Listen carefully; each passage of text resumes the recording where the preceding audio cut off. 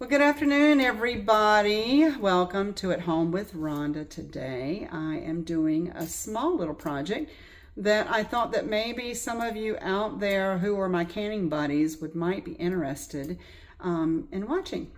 So today, I'm going to can 1 jar of green beans. And I'm sure you're probably thinking right now, why are you going to can 1 can of green beans when you can just throw them in a pot, cook them, and eat them? Well, that's nice, but my goal is that I fill my shelves. And this year I'm in a transitional year between having my normal traditional 40 by 90 crop garden to an herb garden that's 30 by 30. And so one of the things that's not doing so great are my green beans. I mean, I'm getting some green beans, but it's like little onesie twosies every day. I'm getting, 3 beans today, maybe 4 beans tomorrow, and it's just not adding up very quickly. And so the way I've been working is every time I get green beans, if it's 3 beans or 4 beans, I wash them and I dry them and sanitize them, take the ends off, and actually I've been storing them in a Ziploc baggie in my freezer. So to keep them fresh and to keep them from tasting like, they've been in the freezer for a while, I want to go ahead and can it. So I have enough to can 1 jar. So that's what I'm going to do. And so basically the process is the same, but you're just going to do it on a whole lot smaller scale. So let me show you the first thing that I'm doing. The first step is to sanitize your jar. So instead of my great big pot, let me turn this around. I am sanitizing, okay? Right there, it's not boiling yet, but as soon as it starts to boil, then what I will do is I will boil it. I'll boil my lid and my ring, which reminds me I need to go grab a lid real quick. I will boil the lids, rings, well actually lid, ring, and jar, not plural, for 15 minutes. And then I will, in that 15 minutes while it's doing all of that, I will get everything else ready. And basically it's the same process. But I'm going to do this because, I'm sure some of you have had these moments where you're just like, this is kind of discouraging because, I have planted all this stuff. I mean, I definitely planted just as many green beans, but I'm not sure really at this point why they're not. I mean, even like as soon as one batch of plants began to produce, and as soon as they started to like flower or blossom, I planted another. I planted a whole nother batch. So I'm hoping, that the cycle will continue so that I can have beans throughout the whole summer and into fall. But so far, I'm just getting some onesie-twosies. So, I don't know. I may end up having to go to the farmer's market and getting me some bushel of beans so that I can refill my pantry. I don't know. But it's okay because, as you've heard me say so many times, every year gardening is an experiment. Okay, it's an experiment. It's an experience. And every year is not the same. One thing you struggle with in one year will be something you won't struggle with. You'll struggle with something else. So it is not a perfected science until we get to heaven and we're in the perfect gardens up there. But until then, you have to kind of make do with what you have. And so for right now, I only have enough beans to can 1 jar. And actually, it's just getting ready to boil. So I'm going to set my timer for 15 minutes. And then while I'm doing that, I'm going to hang up for just a minute, and then I will be back in just a few minutes. I want to get everything ready. And basically, again, if you've watched any of my canning videos, everything's going to be the same, but just on a small scale. So I even have a pressure pot that I'm going to use. It's going to be much smaller. So I'll be back in just a minute. Okay, so while my jar is boiling right now, I have about 8 minutes. I'm going around and I'm gathering all of my supplies so that when my jar is sanitized, I'll be right ready to be able to do everything else. So let me turn my camera around. This is a pressure canner. Right now this is not the pressure canner top, but I have added some water that I'm heating up because whenever you do pressure canning, I got to turn that down to a simmer. whenever you have pressure canning, you have to have a certain amount of water. There's got to be enough water to do the whole cycle without it running out of water, okay? So it's very important. This is a very old pressure canner that I got from my aunt, and my grandmother actually used it. So I don't know if you can see this, but I have inspected it. I have gotten a brand new ring, a new seal. I have checked. Anytime that I tell people about canning, you always want to make sure. Do you see how you can see that there is nothing obstructing? There's no food particles, that you can see the daylight from there. That is crucial, people. I can't say that enough. When you are canning, before you actually put the seal on, you hold it up to the daylight and you make sure that there are no particles. There's nothing that is obstructing the steam from being able to come out. And it's so funny because I have preached that and preached that and preached that, but I've never had anything. Every time I've held up the lid, there's always been clear until today. And I pulled this old pot out, and sure enough, there was something in the spout. So, you know, it was just rewarding. I'm like, yes, that's why I preach it. You just want to make sure that everything is good, that all of your equipment is in good working order. So now what I'll do is I've got my grabbers. I've got to get my distilled vinegar and my little containers to hold that with. So I'll be back in just a few minutes, and we'll be ready to can this 1 jar of string beans. All right, we'll see you in a minute. Okay, I am back, and it is time to can my 1 jar of green beans.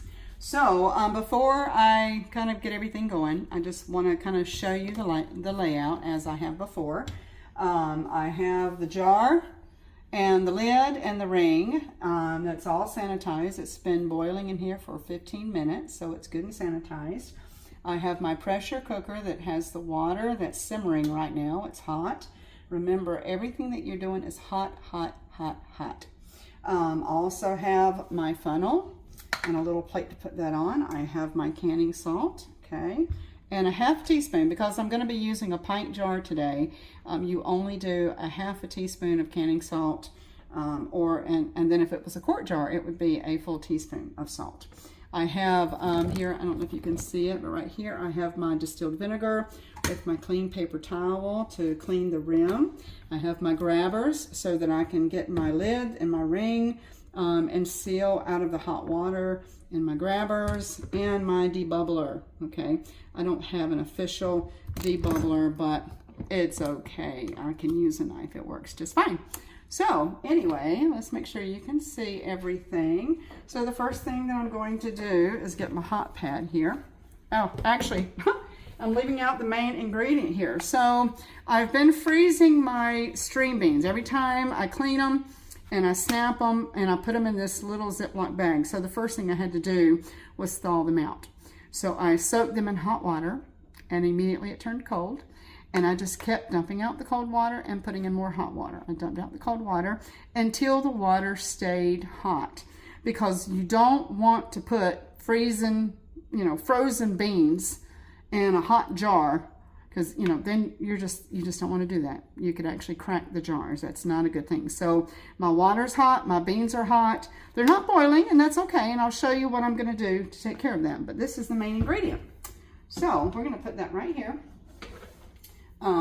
Get everything kind of together here. So I'm gonna get my little hot pad and my grabbers, and I'm gonna take my 1 jar. I know you think it's probably a lot of work, and it is, but again, my end goal is that I want to be able to have my pantry full. So, if it's 1 jar at a time, it's gonna be 1 jar at a time.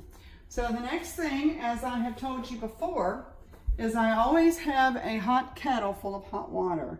So we're just gonna pour a little bit of this hot water, boiling, it is boiling hot, and then I'm gonna take my funnel and we're gonna put our salt. This is a process, it is, but it's an important process. And once you do it, multiple times, it'll become like second nature. And I may actually have more. I probably maybe even have, I could have done maybe 2 jars, but it's okay. I'll fill this jar up. And then whatever's left, I'll cook that. And yeah, see. All right, let's get our hot water. And now I'm going to fill a little bit more water. Fill it up a little bit and just kind of see what kind of space that we have. And now it's time to debubble. Very crucial. This is the first time that you are watching my channel. Welcome. You know, what I'm doing right now is anytime you have any kind of food product other than liquid, you have to debubble, because there's these little spaces in between the beans or whatever, if it's tomatoes or butter beans or, you know, whatever it is. You know, these little spaces are in between, and you have to make sure that there's no air in those spaces, because if there is, when you can it and put it on your shelf, those little pockets of air can create bacteria, and you know, we don't want that. We want our food to be fresh, and we want it to be good. So I'm gonna have a few beans left over, but that's okay. I'll probably just stir fry those and we will be good to go. So, you know, we want to kind of pack them in here, because as you cook it, when you pressure can it, and those beans cook, they are going to condense down. So we are almost there. And when you are filling your jars, you want to make sure that the water goes up to about 1 inch headspace, okay, is what you want to have left. You want the water to cover the food. And again, as these pressure can, you know, the green beans are going to reduce. They're kind of, you know, they're going to reduce down a bit. But we're just going to make sure that's good to go. Okay, yep, I just have 1 little tiny spoonful. Now I'm going to get my clean napkin, and we are going to wipe the rim and make sure that there are no food particles on that. And now we're going to get our grabbers. And, oh, wrong pot. Wrong pot. And we have, oh, that's hot. Yep, I should have gotten my little hot pad. Okay. So what I'm trying to do here is okay, here we go. I use these, I don't know if it's acrylic, I'm not sure what it is, but it's these reusable. I love them, love them, love them. You don't have to throw them away. But I have the rings and the lids. They're all sanitized. And then we're going to put our lid. Oh, hot, hot, hot, hot. Okay. Everything is good and hot. So let me get my hot pad here. And we're going to just give that a little tug. Not overly, okay? Now the next thing is we got to remove this lid. And we're going to put this in the center, okay? We're going to put that in the very center. And I have probably about 2 inches of water, which will be plenty, because we are only going to be canning this for 25 minutes. Again, this is a very old pot that I trust, because they made things really well. But I purchased a new seal around here, and also the new seal here. So all of that is brand new, and we're going to close that up nice and tight. And then we're going to crank it up, and we're going to let that start to build up the pressure. And as the pressure builds, you'll notice that steam starts to come out of the spout. Okay, that's what you're looking for. And if you're new to canning, I would say definitely before you just jump right in, before you can the first pressure can, the first thing you need to do a bunch of research. Okay, it's important. You know, you can take my word for it, but you know, it can be very dangerous. So before jumping right in, make sure you do your research, because cleaning is important, equipment is important, and to make sure everything has been inspected. But I have already done that, and I actually follow the USDA guidelines for home preservation. So you can look that up, and there is just a wealth of information. This is my bobble, and because I'm in North Carolina, we will be using the 10 pounds. I don't know if you can see that right there. 10 pounds of pressure. And we will, once the pressure builds and the steam starts coming out uncontrollably, then we'll put the bobble on there, and as soon as it starts to bobble, we will set the timer for 25 minutes. So I will be back, and we will have some green beans that are canned. They'll be piping hot too. I'll be back. Okay guys, so this is what you're going to want to see. So this is a pressure gauge, and as the pressure builds, it bobbles and it releases some of that steam in there that helps to keep the pot at 10 pounds of pressure. So I'm going to turn it down just a little bit more. It'll bobble a little bit, and then it will calm down and stop, as you see. And it's doing exactly what it's supposed to do. So you want to be able to find that perfect temperature so that your bobbler is not going crazy, but it's maintaining that 10 pounds of pressure or whatever pounds of pressure at your elevation that needs to happen. So you see how it's kind of starting and stopping with that? That's what you want to see. It's controlled. If it stops bobbling, that could be a serious problem. If you don't see any steam coming out of your pressure pot, it may be that the water has run out, and that can build up too much pressure. So that's where I would say make sure that you're using a pot that has some kind of emergency release valve, which all of mine do. Even the old-timey ones. I think the original ones didn't, and sometimes these pots would like blow up.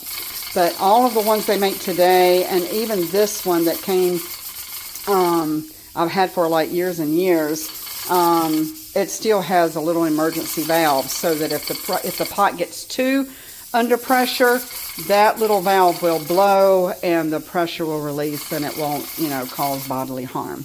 But this is where we're at right now. And that's why it's important when you're canning, always be present in the kitchen. Very important. If you're canning something, I am always within earshot because I want to hear that. My kids grew up and they knew when I was canning, kids were not allowed in the kitchen.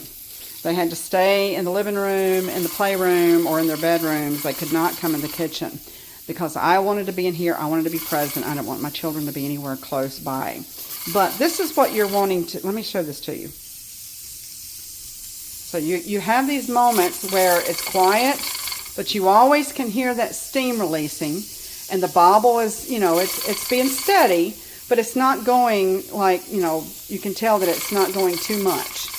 So this is perfect, and I've got 18 minutes left, and we'll have 1 jar of green beans. So yes, it's a lot of work, but again, my goal right now is to be able to line my shelves with string beans. So we'll do what we can, and then I might have to go to the local garden market or something and see if I can get me a couple bushels of green beans to supplement for this year. And that's okay. I'll figure it out for next year and see what I need to change. And, see what the best thing. So, anyway, I'll be back whenever my green beans are ready. In 18 minutes, we'll be back. Okay, guys, so I am all done. I have finished up with my 1 jar of green beans today. Couple things. The kind of green beans that I absolutely love is called Contender. There are so many different brands out there, different kinds, varieties. And my mother was a big fan of the Contender string beans. And they are. I mean, you can, once you, if you can them like I do, you can just heat them up like 3-5 minutes, just enough until they're warmed through and they're ready they're table ready. Some people actually will freeze. They'll vacuum seal bag their green beans and they'll freeze them. I do not do that. But if you do, you can take them out of there 20 minutes that you can cook them. And they're just so tender, so delicious. I usually put a little bit of like chicken broth or beef broth in there just to give it a little bit of flavor. But they're really good. But here it is. It may be 1 jar, but hey, I am very proud of that 1 jar. Look at that. Is that not beautiful? Just absolutely beautiful. Yes. So now what I will do is I won't mess with the jar too much. I will leave it right there on the counter. and I'll let it sit and rest overnight. And then in the morning, when everything is all nice and cool, I'll take the ring off. And that's something, especially if you are using these reusable lids, you have to take your rings off because you may have a false seal. You want to make sure that every single one of those jars have sealed. Even if you are using the traditional one-time user, the metal lids that have the built-in seals, I still, even when I used those, I still took the rings off when it was finished because I want to know. You should be able to kind of pick it up like this. You should be able to pick it up by the lid and have no problem with it coming off. So anyway, that's what I do, but I will wash the jar, make sure it's all clean. I'll put a label on it that'll have what's in the jar. It'll have the date, and then I'll put it on my shelf. So then I'll have two. I'll have 2 jars of string beans. But anyway, I'm sure I'll have more, and maybe they're just kind of slow moving this, so far. So anyway, we'll see. But happy canning, guys, and thank you for watching. I hope that watching this video that you'll realize you don't have to can in great big batches. You can in small batches. You can do it. That way it's not taking you forever in a day. It's not taking you, 10 hours in a day to can, 50 jars of spaghetti sauce or carrots or string beans or whatever it is that you're working with. So anyway, you have a good one. Be blessed, and we will see you soon.